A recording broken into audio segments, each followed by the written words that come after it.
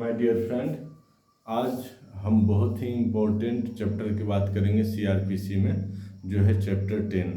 इसमें बताया गया है कि डीएम के क्या पावर हैं, या आप कह सकते हैं कि डीएम को लॉ एंड ऑर्डर मेंटेन करने के लिए और पीस में समाज में मेंटेन करने के लिए क्या क्या शक्तियां प्रदान की गई हैं, और वह अपनी शक्तियों का इस्तेमाल यदि करें सही ढंग से तो समाज में कोई अपराध हो ही ना। आइए हम देखते हैं। तो पहला है चैप्टर 10 का चैप्टर 10 है। इसमें है कि maintenance of public order and peace, या आप कह सकते हैं कि पावर ऑफ डिस्ट्रिक्ट मजिस्ट्रेट, या पावर ऑफ एग्जीक्यूटिव मजिस्ट्रेट, या पावर ऑफ एडिशनल डीएम, या पावर ऑफ एसडीएम मतलब सब डिविजनल डिस्ट्रिक्ट मजिस्ट्रेट। इसमें कहा गया है कि सेक्शन 129 में कहा गया है कि dispersal of assembly by use of civil force, मतलब सिविल फोर्स क्या होता है, पुलिस फोर्स होता है, वो सिविल फोर्स है। तो डिस्पर्सल ऑफ असेंबली बोला गया, अनलॉफुल असेंबली नहीं। तो इसको थोड़ा समझते हैं। जैसे एक लाइव एग्जाम्पल ले सकते हैं, कोरोना वायरस में धारा 144 लगाया गया, कर्फ्यू लगाया गया। तो क्या था, यदि पब्लिक 5 बाहर निकला तो पुलिस उसको पीट रही है, पीट के घर में कर रही है, तो उसको क्या बोलेंगे, असेंबली बोलेंगे, अनलॉफुल असेंबली नहीं बोलेंगे। क्योंकि अनलॉफुल असेंबली का डिफिनेशन है कि 5 लोग निकला है और फोर्स यूज करने के लिए किसी के अगेंस्ट में, और वह बल जो आईपीसी में के विरुद्ध में है, आईपीसी में उसके लिए क्या है, पनिशमेंट का प्रोविजन है, तो वो अनलॉफुल असेंबली है। तो यहाँ तो ऐसा है नहीं, बोला किसी भी असेंबली को जिसको कि पहले ऑर्डर करा कि डिस्पर्स हो जाओ, आप लोग चले जाओ, माइक से अनाउंस किया, वही नोटिस काफी है, और नहीं तो पुलिस फोर्स यूज करेगा।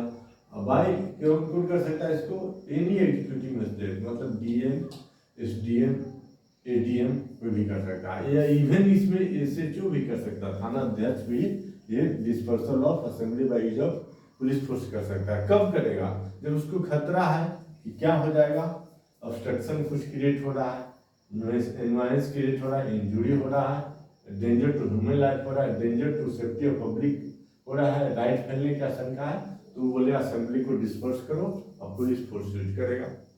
अब मान लो कि पुलिस गया, पुलिस को हाथ पैर तोड़ दिया, और पुलिस अब जाने से मना करे कि मैं नहीं जाऊंगा, मेरे को पीट देता है, जाता हूँ तो क्या करेगा, तो use of arm forces to disperse assembly. DM को इतना पावर है कि वो आर्म फोर्स का भी यूज कर सकता है डिस्पर्स असेंबली को डिस्पर्स करने के लिए। तो कैसे और क्यों, तो सेक्शन 130 में यह दिया गया है कि वह मीन्स कमांडिंग अफसर को लिख सकता है डीएम लेटर कि मिलिट्री का रिक्वायरमेंट है सो प्लेस पे सो टाइम में टू डिस्पर्स द असेंबली। तो वह मिलिट्री है जो उसका कमांडिंग अफसर को लिखेगा, या कमांडेंट को लिखा जाएगा, या जो सीनियर जीओसी है ब्रिगेडियर के उसको लिखा जाएगा, या कोर कमांडर है उस स्टेशन में तो उसको लिखा जाएगा, और वह फिर ऑथराइज करके कुछ टुकड़ी भेजेगा, एक सरायसी भेजेगा, ये एक कमांडिंग अफसर भेजेगा, और वह जाकर के असेंबली को क्या करेगा, डिस्पर्स करेगा। तो सेक्शन 131 में कहता है power of certain armed forces officer to disperse assembly. तो सर्टेन आर्म्ड ऑफिसर का पावर है जिसको कि अधिकार डीएम ने दिया है, डीएम के द्वारा जिसको रिक्वेस्ट किया गया, और वहां से मतलब लेटर के द्वारा यह अधिकार प्राप्त कर लिया डीएम के लेटर के द्वारा, तो उसको पावर है कि जो भी हो सके, जितना भी फोर्स हो सके यूज करके, इवन की शूट करके भी किसी को असेंबली को डिस्पर्स करे। अब कहता है कि मान लो कि पुलिस फोर्स द्वारा किसी का मर्डर हो गया, या आर्म फोर्सेस द्वारा किसी का मर्डर हो गया, तो प्रोटेक्शन फ्रॉम प्रोसिक्यूशन सेक्शन 132 में कहता है कि protection from prosecution for act done under the last 3 section. Last 3 section मतलब सिविल फोर्स कर दिया, मर्डर हो गया तो मर्डर के केस पर चलाओ तो नहीं, स्टेट गवर्नमेंट का सेक्शन देना पड़ेगा, 132 में कहता है।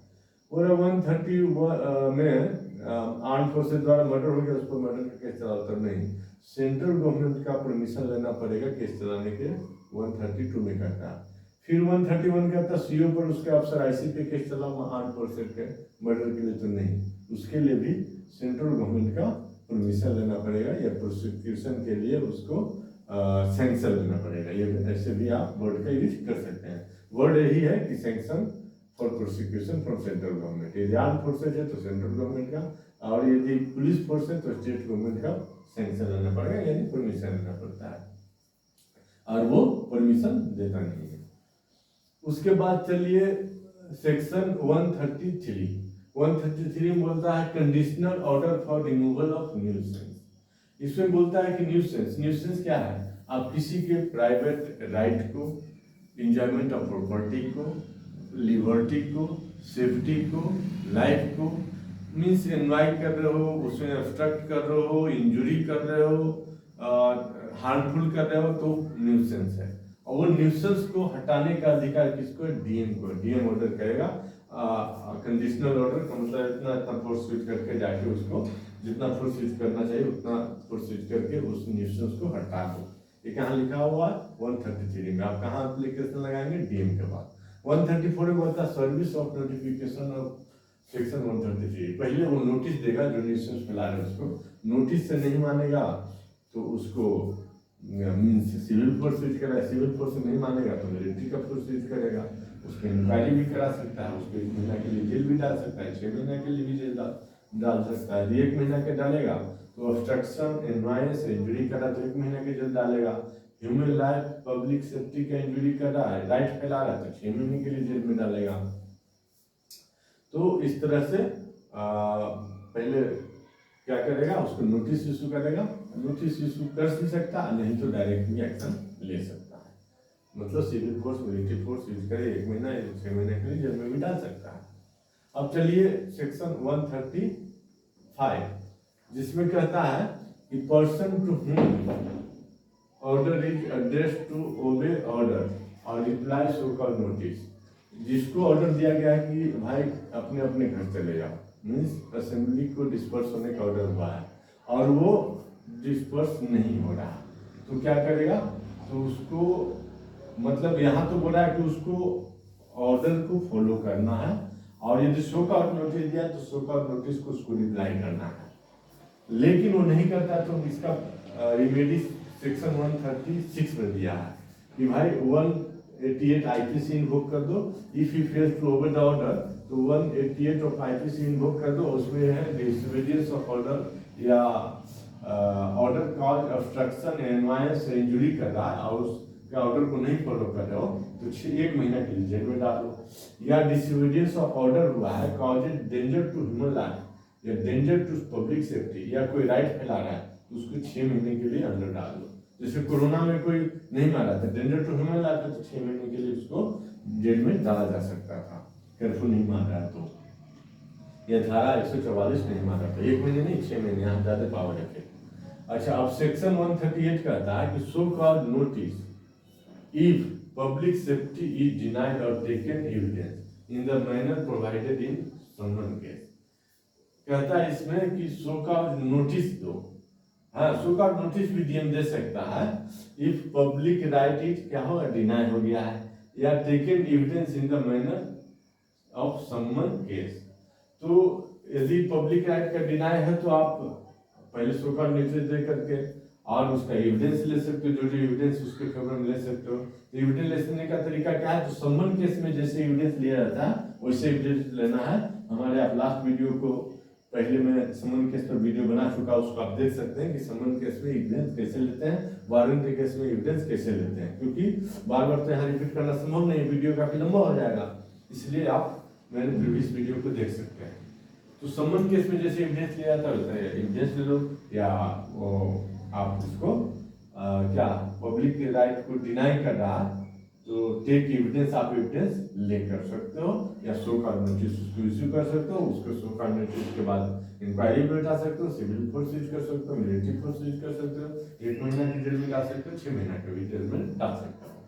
उसके बाद कहता है सेक्शन 139 कि power of magistrate to take order local investigation. Power of state to order करने का अधिकार है और लोकल इन्वेस्टिगेशन और सीक ओपिनियन एक्सपर्ट, मतलब उसको मजिस्ट्रेट का एक अधिकार है कि वो लोकल इन्वेस्टिगेशन भी ऑर्डर कर ले। यदि पुलिस को इन्वेस्टिगेशन करने का ऑर्डर किया तो कोई खर्चा नहीं हुआ, यदि सिविलियन को ऑर्डर किया कि इन्वेस्टिगेट एंड रिपोर्ट में तो उसको खर्चा देना है 140 में। यदि ओपिनियन एक्सपर्ट लिया तो उसको भी खर्चा देना है सेक्शन 140 में। तो 140 में ये बोल रहा कि मजिस्ट्रेट में order payment of all expenditure done under section 139, मतलब 134 अथॉरिटी दे रहा है डीएम को या एग्जीक्यूटिव मजिस्ट्रेट को कि जो भी आप इन्वेस्टिगेशन करा रहे हो या एक्सपर्ट का ओपिनियन दे रहे हो तो 140 अथॉरिटी को कोड करके आप एक्सपेंडिचर उन लोगों को दे सकते हो। इस तरह से दोस्तों हम बहुत मेहनत करके इसका वेरी सिंप्लीफाई लैंग्वेज में आपको बता दिया। आप इसको पढ़ेंगे तो देखेंगे कि आपको 2-3 घंटे लग गए, फिर भी ठीक ढंग से समझ में नहीं आएगा इतना सारा सेक्शन 129 से लेकर के और 140 तक। थैंक यू दोस्तों, बाय।